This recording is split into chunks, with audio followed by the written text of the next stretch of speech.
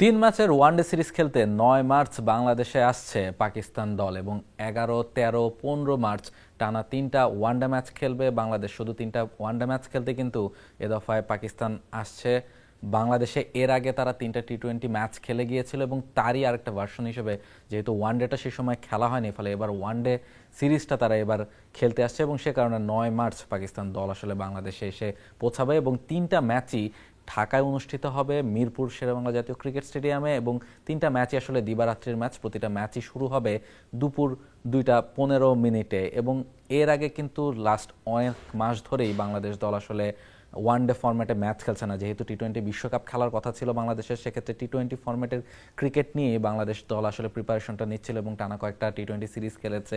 Which is the world-class cable brand? Walton Cables, নিরাপদ আগামী সংযোগ। বিপিএল খেলেছে, এরপর অদম্য টি-20 কাপ খেলেছে, সেটাও টি-20।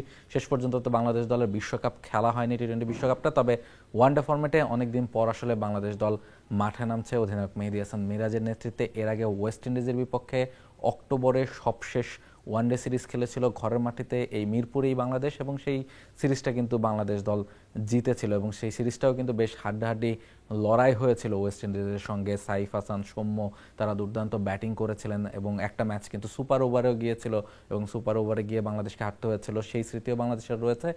এবং ওয়ানডে ফরম্যাটটাকে বাংলাদেশ দল একটা সময় ধরতো যে তাদের আসলে প্রিয় ফরম্যাট, সবচেয়ে শক্তিশালী ফরম্যাট বাংলাদেশের ধরা হতো। তবে রিসেন্ট টাইমে কিন্তু বাংলাদেশ ওয়ানডে ফরম্যাটে বেশ স্ট্রাগল করেছে, ফলে মিরাজের জন্য একটা নতুন চ্যালেঞ্জ এই সিরিজটাতে নিজেদেরকে প্রমাণ করা। পাকিস্তান দলও খুব একটা ভালো অবস্থানে নেই, ফলে এই সুযোগটা নিয়ে ঘরের মাঠেতে মিরপুরে যেহেতু খেলা, ফলে বাংলাদেশ দল নিশ্চয়ই চাইবে 3 ম্যাচের এই ওয়ানডে সিরিজটা যে হচ্ছে সেখানে সিরিজটা অন্তত জিততে এবং সেই চেষ্টাতেই মেহেদী হাসান মিরাজ নিশ্চয়ই